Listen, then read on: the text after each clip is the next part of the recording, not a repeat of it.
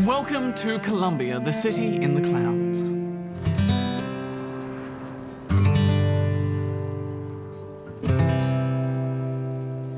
Will the circle Says he's for faith, family, and father. be unbroken Colombia did present herself by and by? He looks so sad.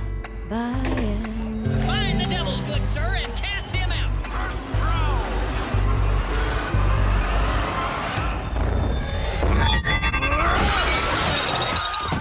Is a better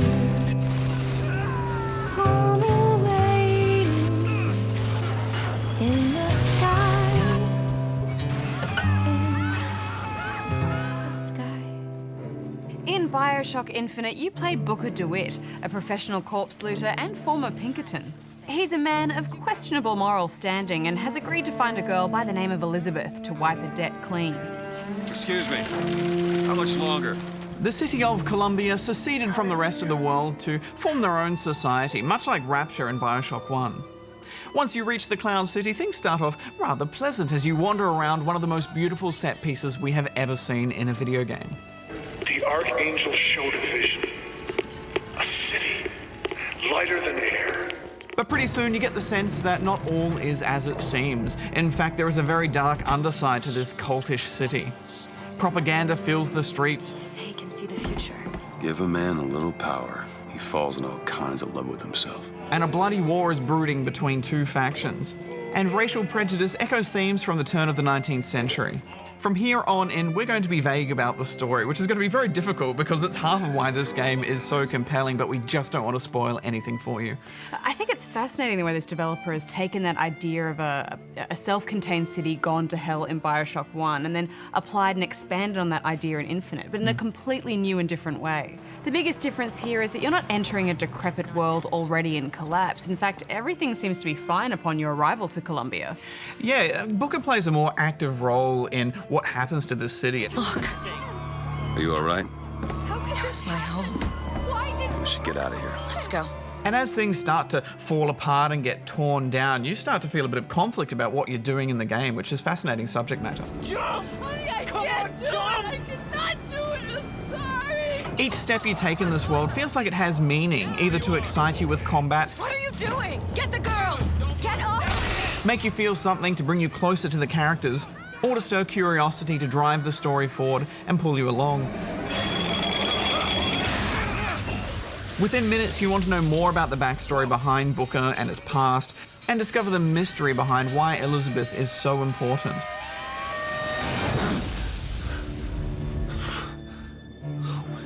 But quickly you feel the need to be a hero and attack this injustice that is festering within this society.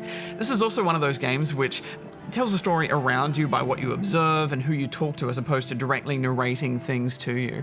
And this is helped by having Elizabeth as your companion for most of the game, which pushes that story forward again without the need to listen to every voice recording that you pick up. What's that smell? Ain't no privies down here. They treat them like animals. This makes you feel like you're just moving through the world. They've nailed the storytelling here. Yeah, especially in that early part of the game where everything is set up so well. Once you rescue Elizabeth from her prison, however, things really start to shift as some of the more complex and cerebral ideas of the game begin to unravel. Elizabeth has a darkness to her. There's a power within her which seems very dangerous when combined with her naivety. I mean, really, this is a story about Elizabeth and Booker, and there's some really lovely moments between them. Will the circle be unbroken It's music. by and by? By and Which one's your by. The one on the left. They also have a lot of conflict in their dialogue, which keeps the objectives shifting in dynamic ways. And where will we get these weapons? From one of our many friends and allies? A gunsmith in Finkton should be a walk in the park. What do you say, partners? You're a liar, Mr. DeWitt. And a thug. She's pretty much a Disney princess that can rip holes in space and time. Shit. What? And that bond between them is strengthened by the fact that she's also your ally in combat. Much of the standard gunplay is familiar territory if you played the last couple of Bioshock games, but on a slightly bigger scale. You have your abilities in one hand and your weapons in the other. And the combinations of these produce spectacular results and chain reactions in a firefight. Here! Perfect timing. Elizabeth is almost always with you and occasionally will throw you ammo, health, salt for your magic, and even cash. That'll do. The holes that she tears open might give you a turret or some ammo, or just a bit of cover. So there are lots of choices that you can make when you approach a fight. When those big heavy guys attack, you absolutely need to make use of everything you can.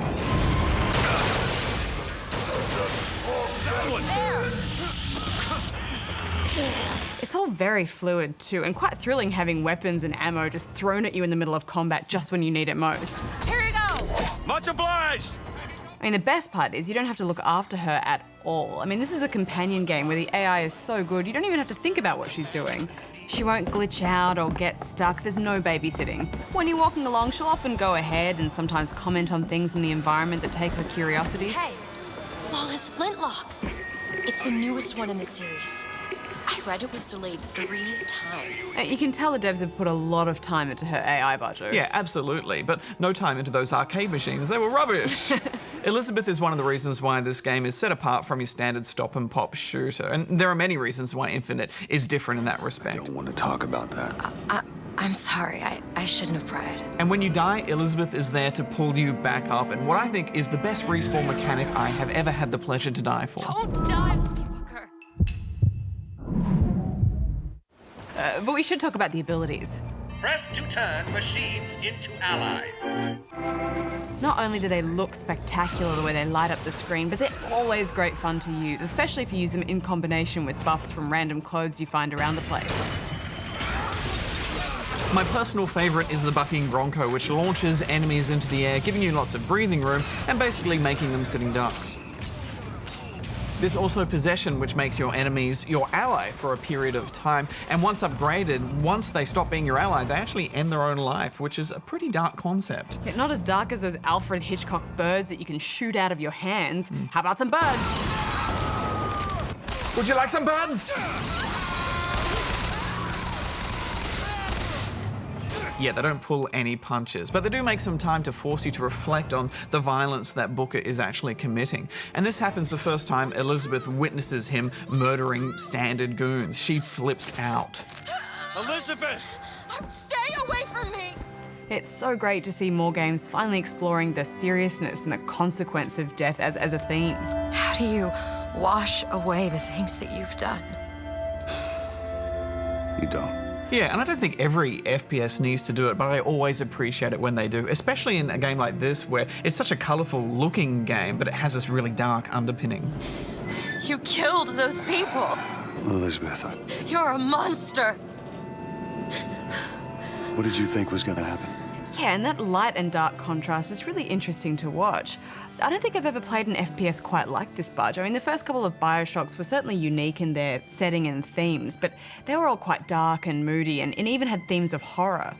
But this world is bright and vibrant and colourful, but expertly retains that darkness in other ways. It's not just about the look, it's got the gameplay to back it up.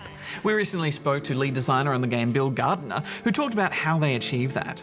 I think that there are definitely some scares to be had, but I think a lot of the creepiness really is about that philosophy, or the philosophies, I should say, because there's many different beliefs in the city, and to see those things pushed out to the extreme. And I think you look at a lot of Kubrick's work, I think there's some unique twist to horror in a lot of his work, right? I mean, I think he doesn't necessarily have to rely on complete darkness. He doesn't have to rely on death and decay to make something that's terrifying. I mean, you look at The Shining, look how bright that is. Look how colorful that is, look how lush that is. And I'm not saying by any means, I'm not trying to compare the two, but you can see that there's always different ways to take on, familiar themes, I think. It's just a whisper. They're all ears. Weapons and abilities can all be upgraded too, but Infinite is light on the RPG side of things. Feel better already. I mean, this is an FPS at its core. Yeah, and what an FPS. Gameplay is so tight. The way all the weapons and abilities play into each other is this orchestra of colour and movement and carnage. And when you get your Skyhook, it not only changes how you move around the levels, but also offers more ways to mix up that combat with quick escapes and launching at enemies with drop-down attacks. I love moving through the sky like this, Budge, or the sound of that hook spinning, that fluid movement between sky rails. It's just wondrous. You rarely get lost or confused about where you should be going, and you can tell a lot of love has gone into those moving city backdrops. Yeah, the whole city is a work of art, isn't it? And even when you go off the beaten track, you still feel like each section has a story to tell. Okay. Miss, can you recall his hair color? It was, red and curly?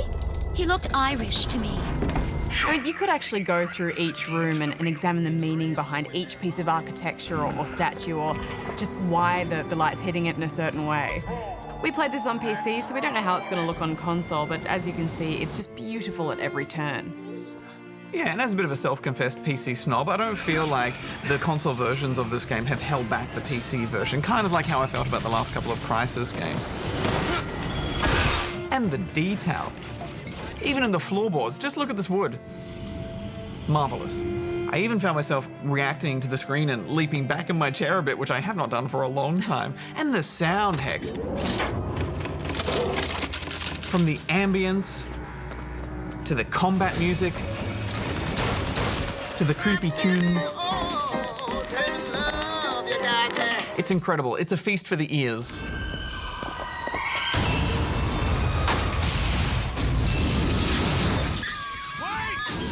Yeah, there's not much to complain about here. I mean, you could say that the AI of the standard goons isn't that complex. I mean, it's still good, but it's not great. Honestly, though, I just wish we could talk about the last hour of the game. Such a spectacular finale that'll just make your mind explode. I had a brilliant time with this. I'm giving it 9.5 out of 10 rubber chickens. Yeah, this is one of the finest FPS experiences I've had. It's a moving piece of art. I'm giving it 10 out of 10. One thing I've learned. If you don't draw first, you don't get to draw at all.